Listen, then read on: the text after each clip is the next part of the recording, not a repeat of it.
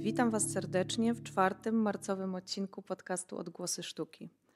Od ponad 100 lat, 8 marca, obchodzimy Dzień Kobiet. Pomyślałam więc, że będzie to idealna okazja do rozmowy o sztuce kobiet właśnie. Co tak naprawdę oznacza ta kategoria? Sztukę tworzoną przez kobiety, a może sztukę o tematyce feministycznej tworzoną przez kobiety? Czy taka kategoria jest w ogóle potrzebna i istotna? A jeśli tak, to dlaczego? O tym porozmawiam dzisiaj z moją gościnią, Iwoną Demko. Iwona jest artystką wizualną. Od 2008 roku pracuje na Wydziale Rzeźby Krakowskiej Akademii Sztuk Pięknych, obecnie na stanowisku profesory ASP. Oprócz tego jest także kuratorką wystaw feministycznych, bada historię pierwszych studentek krakowskiej ASP. Jej sztandarowy kolor w życiu i w sztuce, a zarazem znak rozpoznawczy, to róż. Rozmowę nagrywamy w pracowni, którą kieruje Iwona, przy placu Matejki 4. Iwono, witam Cię serdecznie. Witam, cześć. Zacznijmy od krótkiej refleksji. Co dla Ciebie oznacza sztuka kobiet? Ja zawsze lubię sobie myśleć o tym w kontekście przeciwieństw, no bo przecież nie funkcjonuje sztuka mężczyzn, prawda? Tak, to jest bardzo ważny temat i kiedyś, zanim zaczęłam się interesować sztuką feministyczną i jakby uświadamiać sobie, dlaczego to się tak nazywa, skąd to się wzięło, to jeśli słyszałam określenie sztuka kobiet, to oczywiście ono kojarzyło się pejoratywnie, czyli źle, czyli negatywnie. To wtedy mi się kojarzyło z Domem Kultury i z takimi obrazami, na których są kwiaty, owoce, ewentualnie dzieci. Taką twórczością naiwną, ludową? Tak, dokładnie. Taką trochę robioną po godzinach, taką, gdzie ktoś jakby uwalnia, odnajduje swoją pasję w malarstwie, ponieważ już znalazł czas na to, żeby móc się tym zająć. I myślę, że takie myślenie jest w ogóle generalnie powszechne, jeśli ktoś się tym nie interesuje. I w momencie, kiedy oczywiście zaczęłam się interesować, to istnieje takie rozróżnienie między sztuką kobiet a sztuką feministyczną. Tam nawet pamiętam jakiś tekst kiedyś czytałam, że jeszcze są jakieś rozróżnienia, ale znalazłam ten tekst na komputerze, ale okazało się, że to było przed momentem, jak mi się zawirusowało, więc ten plik jest do zawirusowania, już go nie odnalazłam w internecie. Iza Kowalczyk na przykład mówi o takim rozróżnieniu, że właśnie sztuka feministyczna to jest sztuka, która jest związana jednak z feminizmem, czyli ma świadomość istnienia tego ruchu i to jest sztuka, która opowiada o doświadczeniach kobiet, właściwie ludzi socjalizowanych na kobiety, bo to jest ważne i pewnie też o tym jeszcze będziemy mówiły. I która na przykład stara się trochę podważyć ten układ takiego stereotypowego rozumianego gender, czyli mówi, przekazuje tym, którzy oglądają, żeby oni się troszeczkę zastanowili nad tym, skąd to się wzięło i dlaczego tak istnieje. Natomiast, czyli to jest sztuka, która ma jakieś założenia, ściśle określone założenia, a sztuka kobiet jest właściwie tylko i na przykład sztukę feministyczną mogą tworzyć również mężczyźni. Tak jak, To ważne spostrzeżenie. tak jak prace Libery, czy myślę, że teraz będzie ich więcej. A sztuka kobiet jest po prostu sztuką tworzoną przez kobiety, czyli na przykład są popularne wystawy sztuki kobiet. Wiemy z tego, że do tych wystaw są zapraszane kobiety, ale niekoniecznie na przykład może się to wiązać z jakimś mocnym manifestem feministycznym. Więc to jest bardziej związane jakby z tą płcią kulturową i mężczyzna jakby nie może być w sztuce kobiet w takim znaczeniu, tylko może robić sztukę feministyczną po prostu. A jak myślisz, skąd wynika w ogóle ta potrzeba pokazywania, prezentowania oddzielnie sztuki kobiet? Myślę, że Ja przynajmniej miałam taką potrzebę już wtedy, jak rzeczywiście byłam w miarę świadoma, bo to moja świadomość tak rośnie z roku na rok, a poza tym też to się zmienia. I ja miałam taką potrzebę, żeby zaznaczyć właśnie jednak tę inną perspektywę, albo żeby móc pokazać tematy związane z kobietami i w ten sposób wywołać. I przede wszystkim pokazać jednak różnicę, że kobiety w sztuce naprawdę miały inny start niż mężczyźni i że to jest bardzo mocno związane z historią. I my nie uczymy się o tej historii i to jest też bardzo źle, dlatego że nie mamy tej świadomości. Są takie, bo to jest nie tylko dotyczy sztuki, ale ja jakby w tym momencie skupię się Tak. tylko i wyłącznie na sztuce. Ale ja akurat teraz czytam Moje życie w drodze Glorii Steinem, bo to jest niedawno się ukazało. I ona tam, wyłapałam takie zdanie, w którym ona właśnie mówiła, że są badania, w których na początku edukacji artystycznej studentki mają lepszą samoocenę niż pod koniec studiów. I wynika to, ona w książce napisała, że wynika to z tego, że kobiety uczą się, studiują swoją nieobecność w historii. I właściwie to podobny bardzo wniosek był w tym raporcie Marne szanse na awanse, gdzie też one tam stwierdziły, że właśnie pod koniec studiów kobiety mają niższą samoocenę. Przy czym oczywiście to było w tym raporcie kontekst szerszy, gdzie nawiązywało się również do ilości kadry i do tego genderu kadry. Wiem, że do tego tematu dojdziemy, ale jeszcze właśnie chciałam a propos tej historii. I to jest właśnie niezwykle ważne znać, jak wyglądało, jakie były możliwości dla kobiet, artystek kiedyś i właściwie zapoznania się z tym, że ich nie było.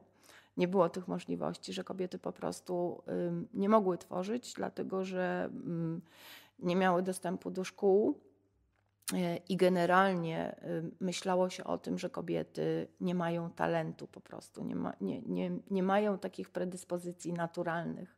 Mówiło się, że nawet biologicznych, czyli wielu kobietom nawet to nie przychodziło do głowy, ponieważ nie zdawały sobie sprawy, że mogą. Wiedziały, że po co startować w czymś, co nie mają predyspozycji, więc jak je mają, nie mogą ich wykorzystać. I to jest bardzo ważne, żeby wiedzieć, ponieważ to jest coś, co narzuciła, co mówiła kultura o kobietach i właściwie to też można odnieść do czasów współczesnych, czyli co kultura nam narzuca teraz i w jaki sposób my jesteśmy uwikłane teraz właśnie w płeć. To znaczy, pytanie moje jest takie, czy do tego momentu zrównania poczucia własnej wartości u artystów i artystek już doszło? Czy te prawa w tym świecie sztuki mają równe, Twoim zdaniem? Moim zdaniem jeszcze nie, ponieważ to jest ściśle uzależnione od socjalizacji, czyli dopóki przychodzi człowiek i ma widocznie rozwinięte narządy płciowe, także jednoznacznie na oko można stwierdzić, bo nie robi się badań głębszych, co powinno na przykład też być robione, żeby stwierdzić. Dopóki będzie i jeśli się stwierdza, że na przykład ta osoba ma wyraźnie ukształtowaną wulwę, a ta osoba ma wyraźnie ukształtowanego falusa, to następuje od razu wrzucenie do programu kobieta-mężczyzna, czyli zaczynamy socjalizować tę osobę, mówiąc jej, jakie są jej naturalne predyspozycje. Czyli my w ogóle nie idziemy od człowieka, tylko idziemy od definicji, którą narzucamy człowiekowi. I wydaje mi się, że dopóki będzie istniało to rozróżnienie, czyli cały czas będziemy przypisywać, że jak jest dziewczynka, to uczymy, że ma być wrażliwa, uczuciowa, empatyczna i tak dalej, to będzie ta różnica. No ale jak przenosimy się już na teren akademii, no mamy do czynienia z artystami, z artystkami, z ludźmi, którzy dużo mówią o wolności, myślą i jakby ta wartość jest dla nich istotna, więc zastanawiam się, na ile jednak od tej, powiedzmy sobie, socjalizacji, nawet już w dzieciństwie, no w pewnym momencie odchodzisz, decydując się na chociażby studia na akademii. Tak naprawdę nie można od tego odejść w takim znaczeniu, że jeśli po prostu rodzisz się, ja się urodziłam w Sanoku, jeśli rodzisz się w miejscowości podbieszczackiej i tak naprawdę trudno, na pewno jest różnica między tym, kiedy ja się urodziłam, a między tymi czasami, kiedy teraz rodzą się tam dzieci. Ale jednak rodzi się człowiek w pewnym otoczeniu i wyrasta w pewnym otoczeniu. Czyli my dostajemy informacje i nie mamy takiej świadomości, żeby do nich podejść krytycznie. Czyli przyjmujemy je bezwarunkowo i wydaje nam się, że one są naturalne, że po prostu tak świat jest zbudowany. Czyli dopiero w pewnym momencie trzeba to zakwestionować. I to się może udać, jeśli na przykład spotka się na swojej drodze albo trafi się, nie wiem, na książkę, film, osobę, która zacznie podważać te komunikaty, które dostaliśmy. I tak naprawdę to się teraz dzieje dużo wcześniej, bo to już robią nastolatki. Nastolatki mają dostęp do takich informacji. Przez to ja miałam dostęp tylko do książek, nie było internetu, a teraz jakby ten internet umożliwia. I też jest generalnie taka po prostu społeczna tendencja do jednak zmiany myślenia. I też według mnie na przykład bardzo dużo zrobiły po prostu czarne protesty. Czyli ja widziałam to na akademii, że akademia żyje trochę jak puszka. Czyli wszyscy są zamknięci, świat zewnętrzny do nich nie dociera, mamy swój własny kosmos. Każdy robi swoje. Tak, dokładnie. Nie swoje słońce i obracamy się wokół tego słońca akademickiego. I czasami to jest bardzo duże zderzenie, jak się potem okazuje, że właśnie ludzie wychodzą i na zewnątrz jest wszechświat, który się kręci, może nawet czasem trochę inaczej. I czarne protesty właściwie były jedynym takim momentem, kiedy świat zewnętrzny wszedł na akademię, dotarł na akademię i dotarł do studentek i do studentów. I oni dopiero wtedy się zaangażowali właśnie społecznie i wtedy też zaczęły docierać do nich komunikaty, które jednak są feministyczne. A jak myślisz, z czego wynika dysproporcja między ilością studentek na ASP, a wykładowczyń czy profesor? To jest na pewno związane w dużym stopniu z tym, o czym mówiliśmy wcześniej, czyli właśnie takimi mechanizmami myślenia, ponieważ ja pamiętam, że kiedy kończyłam studia w 2001 roku, to nikt mi o tym nie mówił, to nie było nigdzie zapisane, ale ja uważałam, że nie nadaje się na asystentkę, czyli że kobieta po prostu... Naprawdę? Naprawdę. Ja sobie to uzmysłowiłam dużo później, jakby w ogóle nie miałam świadomości wtedy, kiedy kończyłam studia, że ja tak myślę, nie? Że po prostu sama siebie dyskwalifikuję, żeby być asystentką. Była jedna moja koleżanka, z którą zresztą pracuję do dzisiaj, została przyjęta chyba rok wcześniej czy 2 lata wcześniej przed moim dyplomem. I ja uważałam, że to jest wyjątek, który potwierdza regułę, że kobiety się nie nadają. I to jest właśnie to, o czym Ci mówiłam wcześniej, czyli sposób myślenia, w którym my jesteśmy. Wyrastamy. To oczywiście, że się zmieniło, ale jednak, żeby zmieniła się kadra i to się teraz dzieje. Ponieważ jak ja te 20 lat temu procent studentek i studentów był mniej więcej 50%, pół na pół, bo nas już akurat było tak, że było chyba 16 osób na roku i było właśnie 8 dziewczyn i 8 chłopców. Wcześniej te proporcje były zdecydowanie na korzyść mężczyzn, czyli oczywiście było więcej studentów. W kadrze wtedy, kiedy ja studiowałam, kobiety były bardzo nieliczne. To było, nie wiem, 4 czy 5 kobiet i reszta, myślę, że ponad 20 mężczyzn. I te kobiety właściwie wyglądały jak ich koledzy. To też dojdziemy do tego wątku. A teraz ten procent jest, w 2019 było 70,7% kobiet wśród studentek, wśród To studentów. dużo więcej, tak. Tak. W tym roku jest 78%, czyli to Wow. jest cały czas po prostu z roku na rok zwyżkowe. A w przypadku kadry w 2019 było 40% w przypadku kobiet, co i tak uważam, że nie jest źle, bo to się tak właśnie waha we wszystkich szkołach artystycznych mniej więcej 30 parę procent. Teraz tego roku nie mam badań, ale myślę, że to jest jednak zwyżkowe. I teraz na przykład pamiętam taki moment, kiedy u mnie jeden z pedagogów myślał o tym, żeby mieć asystentkę kobietę. Jego żona się obawiała, że on będzie współpracował z asystentką. Czyli to nie jest jakby taki, nie ma nigdy jednego czynnika, który na to wpływa. Tylko zawsze to jest bardzo wiele różnych czynników, które wpływają właśnie na taki obraz, a nie inny. No i następna rzecz, to jest związana z tym naszym myśleniem, w którym wyrastamy. To jest to przekonanie, że mężczyzna jest po prostu bardziej profesjonalny, bardziej się nadaje, bardziej kompetentny. Z mężczyzną nam się kojarzy profesor, mistrz, rektor i tym podobne Pracujemy nad zajęcia. tym, żeby to zmienić. Dokładnie. My Ale wszystkie. to ma bardzo duże znaczenie i warto sobie zadawać pytanie, na przykład zrobić sobie ćwiczenie, jak sobie wyobrażamy właśnie profesora, to kogo sobie wyobrażamy, nie? Albo na przykład profesora rzeźby, czy to jest kobieta.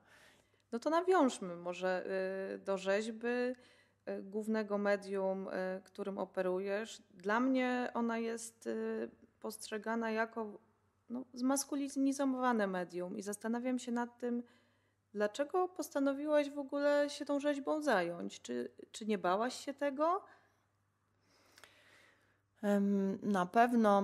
Akurat ja teraz miałam takie reminiscencje, ponieważ będzie wystawa w Warszawie w kwietniu Bez gorsetu Camille Claudel i polskie rzeźbiarki XIX wieku.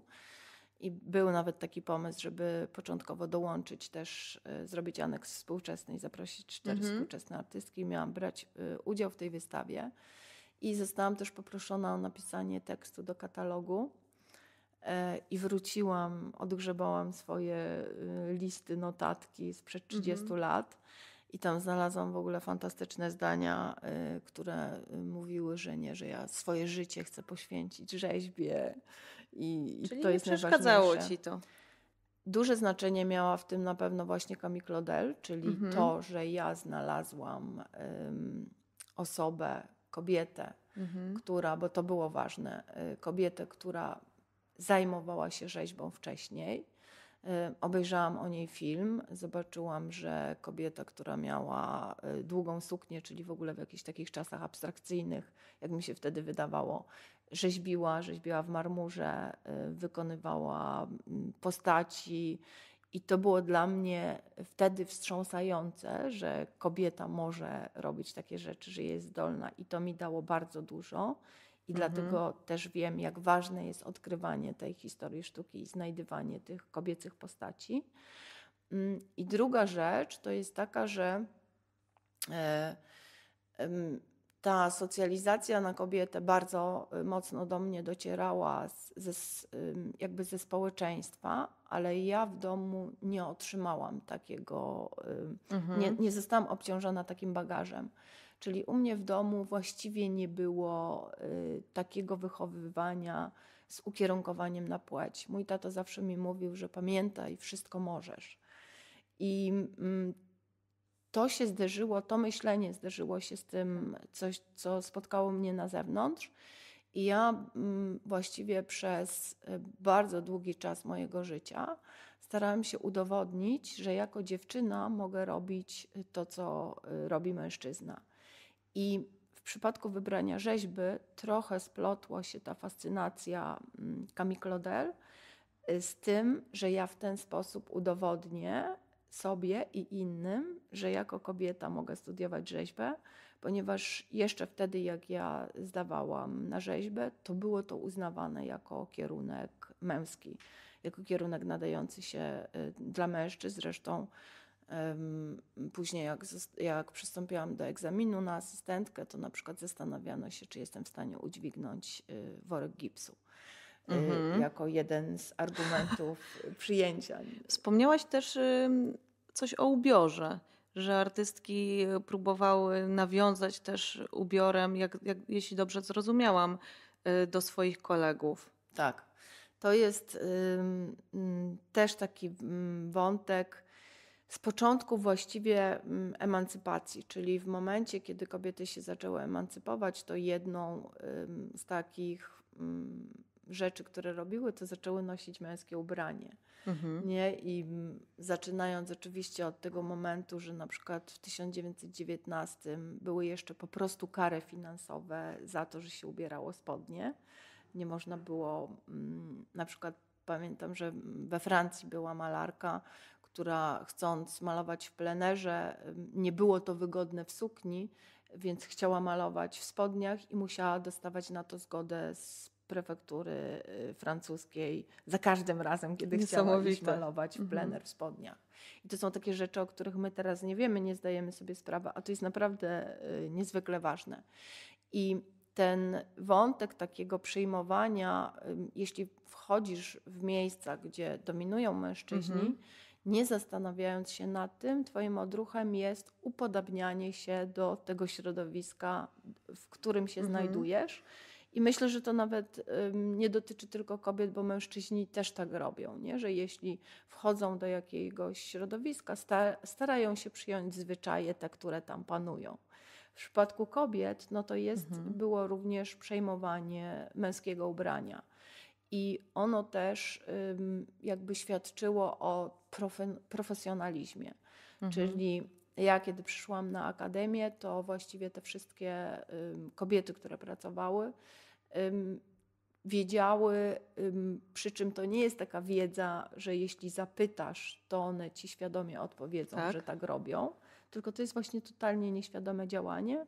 Ubierały się w spodnie, w ciemne kolory. Wiadomo było, że nie można było używać makijażu, że nie można było malować paznokci, ponieważ skoro masz czas na malowanie paznokci, to znaczy, że nie masz czasu na rzeźbę. I skoro jesteś czysta i schludna, no to znaczy, że nie brudzisz się przy rzeźbie i nie zabierasz tego czasu też w rzeźbie. I ja być może gdybym została przyjęta zaraz po studiach, to być może też przeszłabym płynnie w takie tutaj minęło jednak kilka lat, prawda? A ja miałam jakby 8 lat przerwy między dyplomem i zatrudnieniem. Wyszłam z tej puszki, którą jest akademia, zobaczyłam trochę, jak świat wygląda na zewnątrz i też zaczął mnie już interesować feminizm, czyli zaczęłam sama na własną rękę, nie znajdując na przykład w środowisku artystycznym w Krakowie kogoś, kto by mógłby mi w tym pomóc. I czytałam książki na własną rękę i też już zaczynałam sobie uświadamiać pewne rzeczy. I wracając już na akademię, wiedziałam, że muszę wnieść trochę kobiecości w mury akademii, czyli że muszę zaburzyć tą taką nieuświadomione działanie. A obawiałaś się tego? Ja już byłam na tyle dorosła i duża, ponieważ jak skończyłam akademię, to miałam 27 lat, dodać do tego 8, no to już naprawdę byłam w takim wieku, gdzie się nie bałam i też trochę przyjęłam to jako taki manifest artystyczny. No i postanowiłam właśnie przychodzić, wnosić coraz więcej różu, co też dla mnie było nie takie łatwe. No bo robisz to dosyć konsekwentnie, więc... Tak. To jest też jeszcze taka historia, ponieważ która się zazębi z tym, ale jakby lepiej to wytłumaczy. Pierwszą rzeźbą, którą zrobiłam w kolorze różowym, była praca dyplomowa, czyli to był 2001 rok. To była jeszcze taka rzeźba z pomieszaniem, ponieważ ja zrobiłam rzeźbę wielką na 4,70 metra. ona naprawdę była olbrzymia. Monumentalna, tak.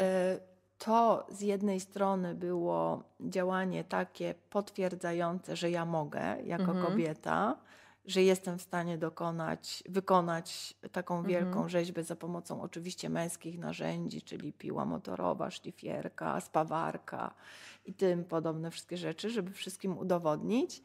Ale już była różowa. Ja kompletnie nie wiedziałam wtedy, dlaczego ona była różowa. Nie znałam w ogóle prac Pinińskiej Bereś, co też jest miazgą, że na przykład nikt mi nie powiedział, że się właśnie nie uczyło w szkole o artystkach.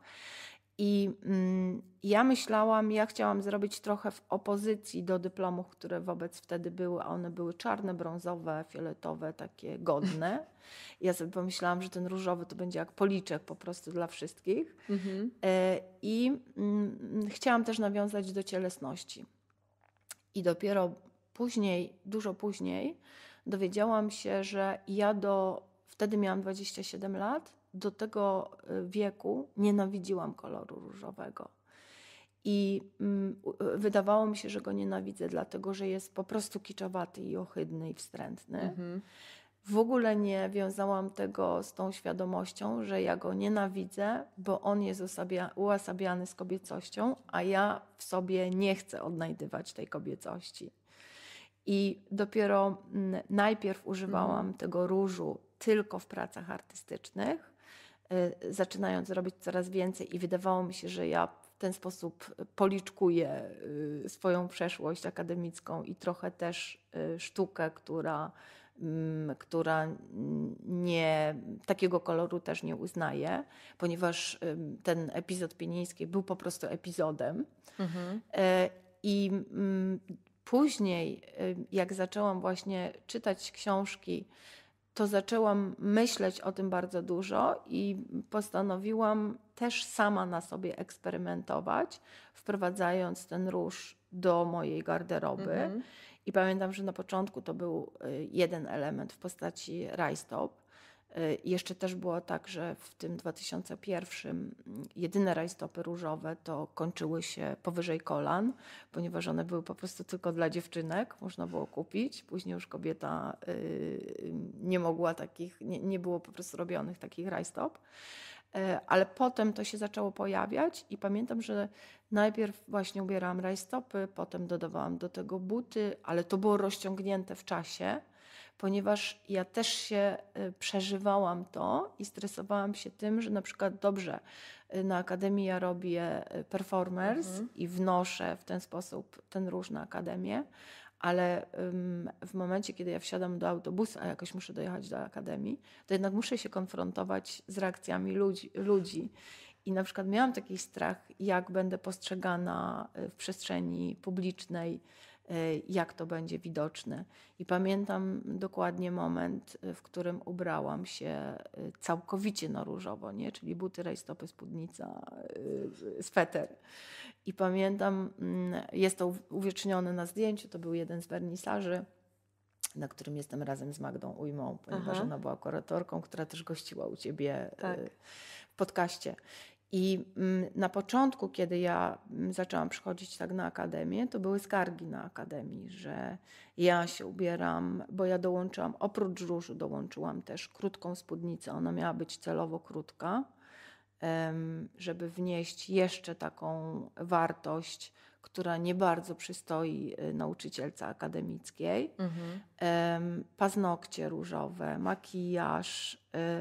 I to poszło już naprawdę w takie 1000% stereotypowej kobiety. I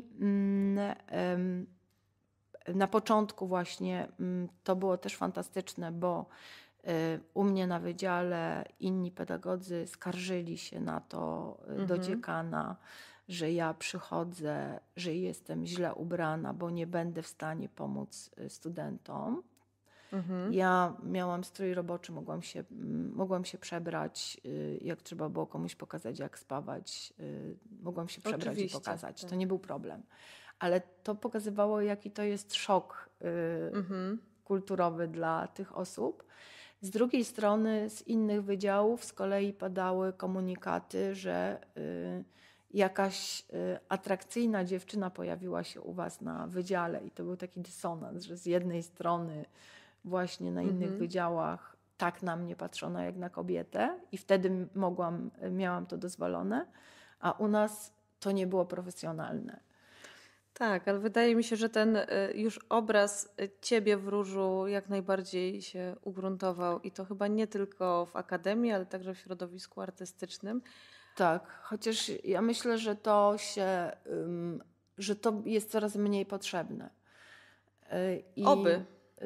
Dlatego, że ja sobie robię jakby takie sprawdziany nieustannie, czyli wchodzę do sieciówki, idę na dział męski i patrzę, ile jest różowych rzeczy. I na przykład zaczynają się już pojawiać różowe bluzy. I na przykład zaczynają mężczyźni, faceci używać tych bluz. I dużym znacznikiem jest dla mnie, w jakim wieku są ci mężczyźni. I w momencie, kiedy to zostaje już przejęte całkowicie przez mężczyzn, to wtedy wydaje mi się, że ten strój już jakby w moim przypadku już nie będzie po prostu potrzebny. Już nie będę musiała tego manifestować. I mam nadzieję, że po prostu doczekam takiego momentu, że ten mój manifest będzie już zupełnie niepotrzebny. I on jeszcze ma właśnie swoją nazwę, którą ja odnalazłam nie tak dawno temu. Pojawia się książka, gdzie są architektki. Tam okazało się, że to, co ja robię, ma swoją nazwę i nazywa się feminizmem. I to znaczy właśnie, że wnoszenie kobiecości w miejsca, gdzie ta kobiecość nie jest szanowana. Oczywiście można ją jakby rozumieć również poprzez strój, można ją rozumieć w inny sposób, bo myślę, że nie wiem, w środowisku akademickim, takim akademickim, teoretycznym, może to być na przykład wnoszenie własnego doświadczenia do badań, czy wnoszenie języka nieakademickiego, nie takiego hermetycznego do pisania swoich artykułów. I to też będzie feminizmem. Aha, czyli jesteś nie tylko feministką, ale też femmenistką, tak?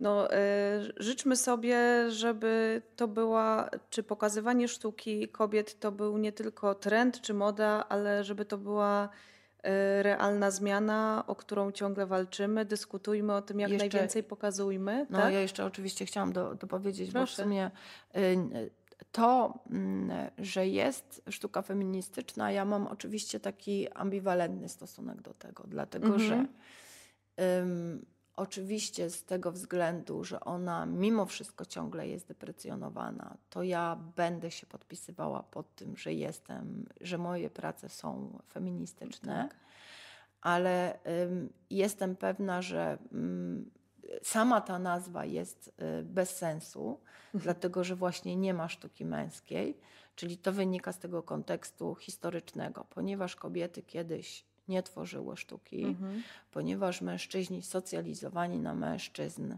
przedstawiali prace wynikające z ich doświadczenia i to było określane jako sztuka, to w momencie, kiedy w ten świat artystyczny, czyli kiedy kobiety zaczęły tworzyć, kiedy dostały dostęp do kształcenia akademickiego, początkowo wykonywały prace takie, żeby one były podobne do prac męskich, czyli nieświadomie nie robiły tego, co mogłoby być deprecjonowane.